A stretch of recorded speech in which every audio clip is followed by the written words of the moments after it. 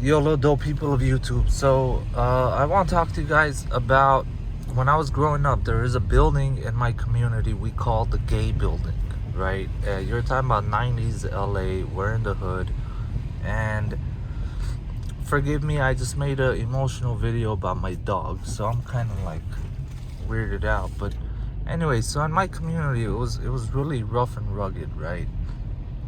Everything you imagine took place in that community. It did not discriminate against age, sex, race, whatever, man. It was just another hood in LA in the 90s.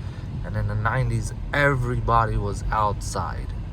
Just everyone was outside. But on this block, right? This big block, there was one building in the middle of one side of the block, which was across the street from where we lived. And we as kids, we knew this building, even the teenagers, we knew this building as the Gay Building. And we called it the Gay Building because everybody that lived inside that building, like 90% of the occupants, were either gay or lesbian, right? And just to give you some insight about LA 90s, okay? Like, if you went to Santa Monica Boulevard on a Friday or Saturday night, that was like where the transvestites were. This was just commonplace, you know?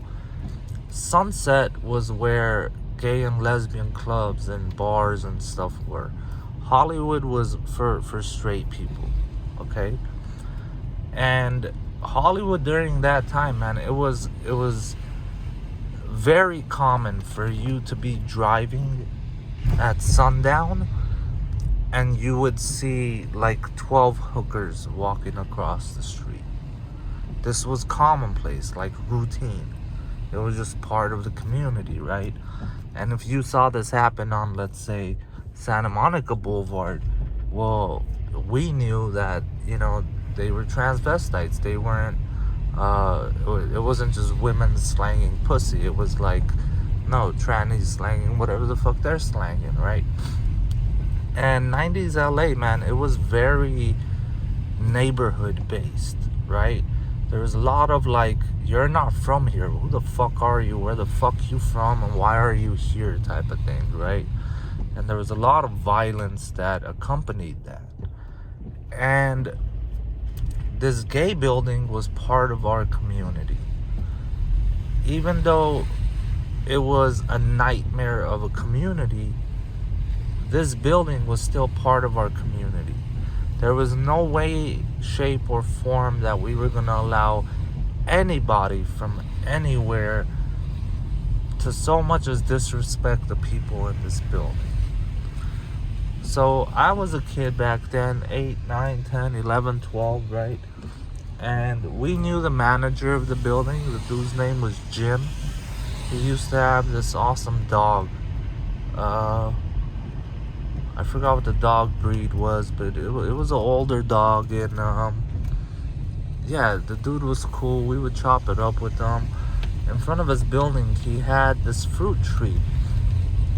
And we called it New World Fruit because this wasn't fruit you can buy in the store. It was just fruit that certain people grew in front of their buildings or in the back of their buildings. It was like this really juicy yellow fruit with these big seeds inside. And they would blossom really near to summertime. So he would let us climb the tree, gather all this fruit. We used to pass them out to everybody in the neighborhood, including him. We knew a bunch of the people from the building. And there was a sense of community, man. Even though there was a lot of gangsters in the neighborhood, even though there was a lot of craziness in the neighborhood, it was still your neighborhood. So I remember events where, like, let's say this neighbor has his car parked and he left his fucking windows open. 90s, man, that car is getting jacked. You know what I'm saying?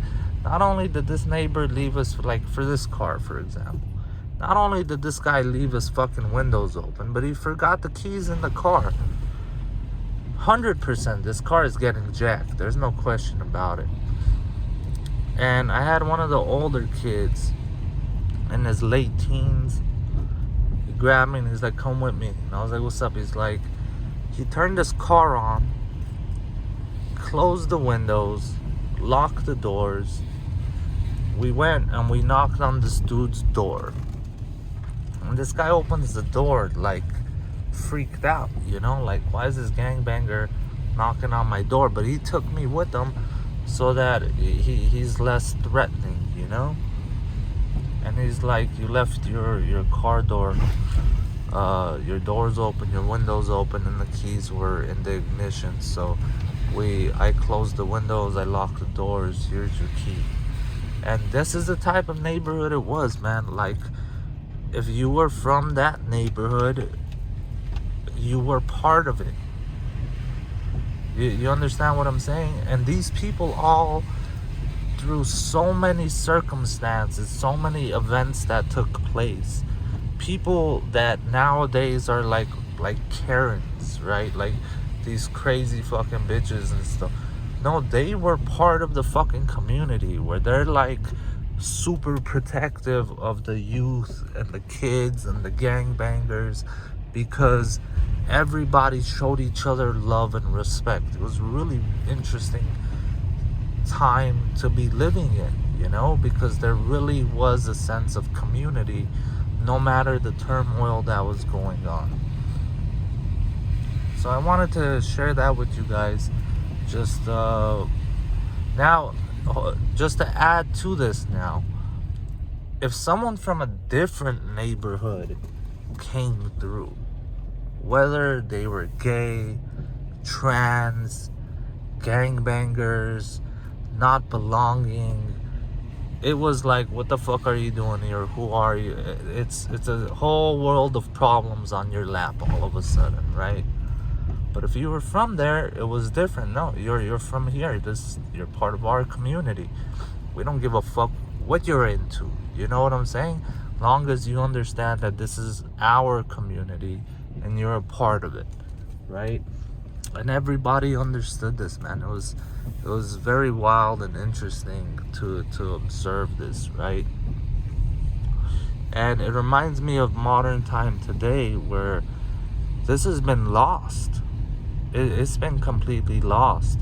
I see 40-year-olds, 50-year-olds that haven't learned life lessons that we learned as 12, 13, 14-year-old kids. That, hold on a second, man, these people are part of our community, that you need to accept them and they need to accept you, whether you agree with it or not. That doesn't mean, you know, you're on their ship and you're doing what they're doing. It just means, no, they're part of the community and therefore they're part of the fucking community, period, right?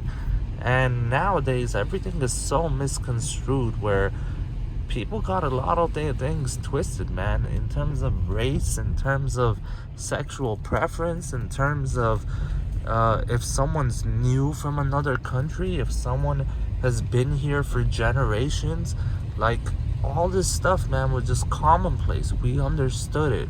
But nowadays, it's just like people are stuck in their house, and when they leave their house, they lock it up like 20 bolts.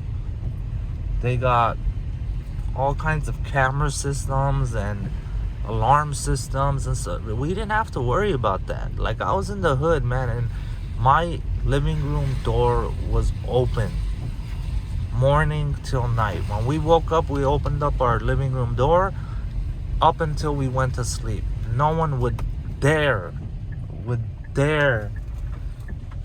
try to come in, no matter in any way, shape, or form. You had a world of trouble coming to you if that was the case.